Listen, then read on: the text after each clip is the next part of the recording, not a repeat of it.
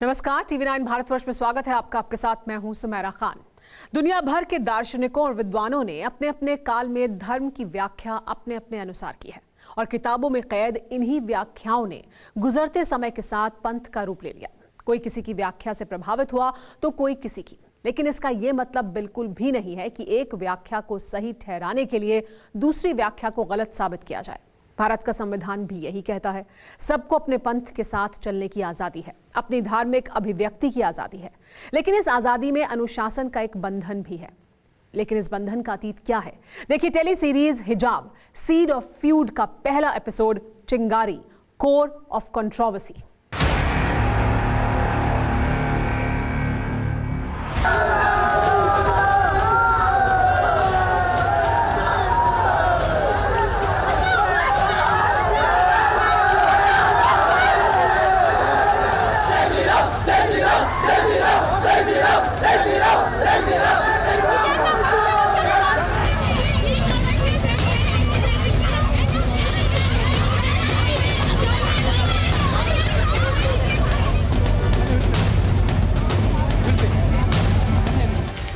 आठ फरवरी 2022, मांड्या, कर्नाटक।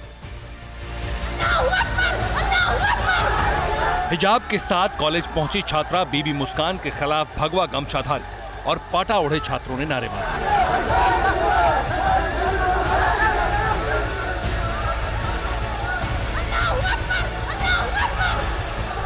ये विरोध कॉलेज के ड्रेस कोड के तहत प्रीमाइसेस में हिजाब पहनने पर हो रहा था और देखते ही देखते विरोध प्रदर्शन उग्र हो गया। इस घटना का वीडियो वायरल हुआ और देश दुनिया तक हिजाब पर बहस शुरू हो गई।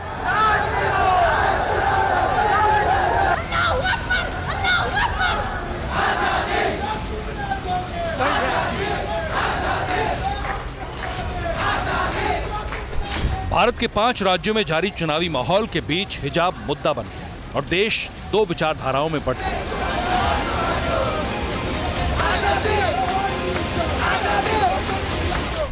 मुस्कान ने इसे संवैधानिक अधिकारों की लड़ाई बताया। मैं राइट्स के लिए फाइट कर रही हूँ, मैं अपने एजुकेशन के लिए फाइट कर रही हूँ। वहीं कर्नाटक सरकार ने हिजाब मसला अनुशासन के चश्मे से देखा। Uniform is must, every institution has a right to prescribe the uniform. सवाल है, हिजाब पर अचानक विवाद क्यों हुआ? क्या हिजाब विवाद जानबूझकर उठाया गया है? यह हिजाब संवैधानिक अधिकार का मामला है। शिक्षा के कानून के तहत हिजाब वाकई अनुशासनहीनता है।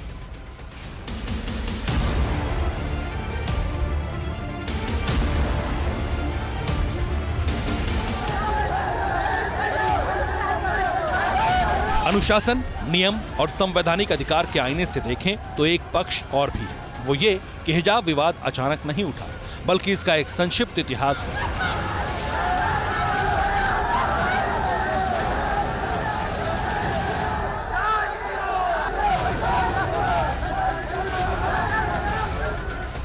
ये केस दो कॉलेजों की अलग अलग कहानी है। इसमें मांड्या के पीएससी कॉलेज में विवाद को हवा मिली, लेकिन इसकी चिंगारी पहले ही सुलग चुकी थी।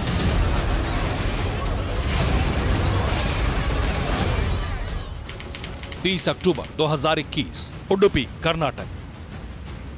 दावे के तहत मणिपाल में एक छात्रा के कथित बलात्कार के केस में जांच की मांग को लेकर अखिल भारतीय विद्यार्थी परिषद का प्रदर्शन जारी था, जिसमें न सिर्फ लड़के बल्कि लड़कियां भी शामिल थी। प्रदर्शन खत्म हुआ और कोई हलचल नहीं हुई, लेकिन जब इस प्रदर्शन की तस्वीरें सामने आई, हिजाब विवाद का मसला तैयार होने लगा। कैंपस फ्रंट ऑफ इंडिया ने एबीवीपी के प्रदर्शन में मुस्लिम छात्राओं के शामिल होने पर हैरानी जताई और फिर विवाद की पृष्ठभूमि तैयार हो गई। एबीवीपी के प्रदर्शन में मुस्कान जैनब नाम की छात्रा शामिल बताई गई और तस्वीर में मुस्कान जैनब का हिजाब भी नहीं दिखा। दावे के तहत मुस्कान से उसके पिता ने हिजाब को लेकर सवाल किया, जिसमें मुस्कान ने कॉलेज ड्रेस कोड का हवाला देकर बताया, क्लास में हिजाब को यूनिफॉर्म के खिलाफ बताया। इसके बाद मुस्कान जैनब के पिता ने इसका विरोध करने का फैसला लिया। हालांकि कोरोना के दौरान स्कूल बंद होने की वजह से मामला शांत रहा, लेकिन दिसंबर में स्कूल खुलते ही हिजाब विवाद बढ़ गया। दावे के तहत कोरोना के बाद मुस्कान समेत 6 लड़कियां हिजाब पहनकर स्कूल पहुंची, लेकिन लड़कियों को हिजाब में क्लास में बैठने की इजाजत नहीं मिली।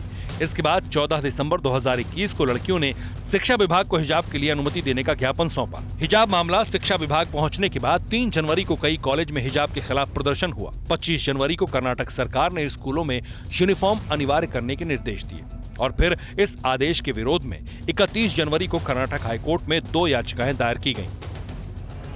याचिका उडुपी की हिजाब पहनने वाली 6 छात्राओं में से 4 आलिया आसादी, बीबी आयशा पालवकर, आयशा हजरा अलमास और मुस्कान जैनब ने दायर की थी। इसके बाद स्कूल कॉलेज में यूनिफॉर्म को लेकर हंगामा शुरू हो गया। मांड्या का केस इसी हंगामे का उग्र दिखने वाला एक पहलू है, जिस पर देश भर में बहस जारी है।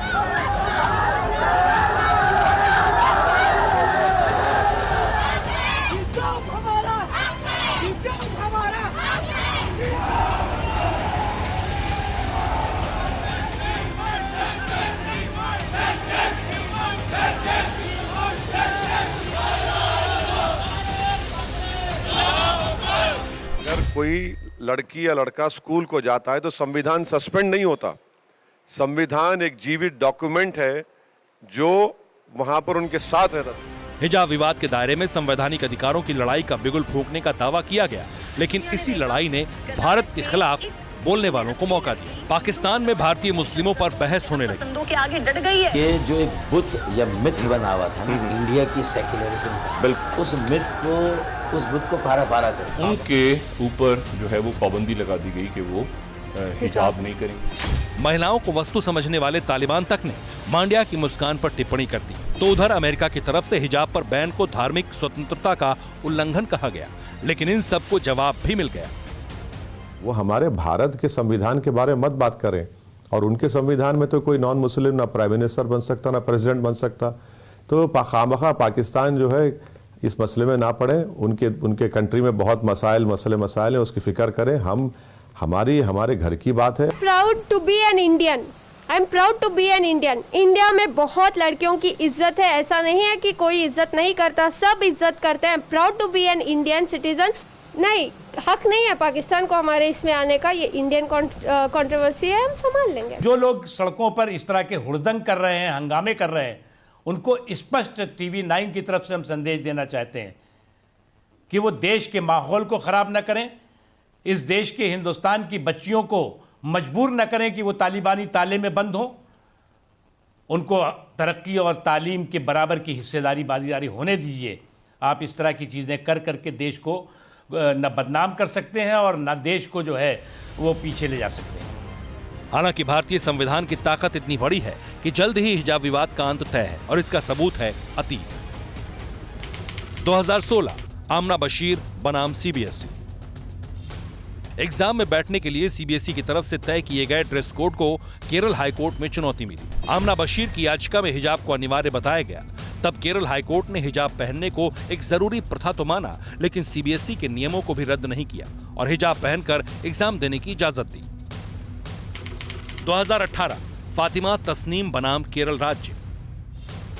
इस केस में भी स्कूल ड्रेस के सख्त अनुशासन को चुनौती मिली, जिसमें न्यायमूर्ति ने संस्था के सामूहिक अधिकारों को याचिकाकर्ता के व्यक्तिगत अधिकारों पर प्राथमिकता देने का फैसला सुनाया। लेकिन अब ऐसा ही मामला कर्नाटक हाईकोर्ट में है, जिसमें राज्य सरकार ने कर्नाटक शिक्षा कानून 1983 की धारा 133(2) के तहत स्टूडेंट के ड्रेस कोड की दलील दी है। लेकिन याचिकाकर्ताओं ने इस नियम को संविधान के अनुच्छेद 25 से 28 तक मिले स्वतंत्रता के मौलिक अधिकारों के तहत चुनौती दी है।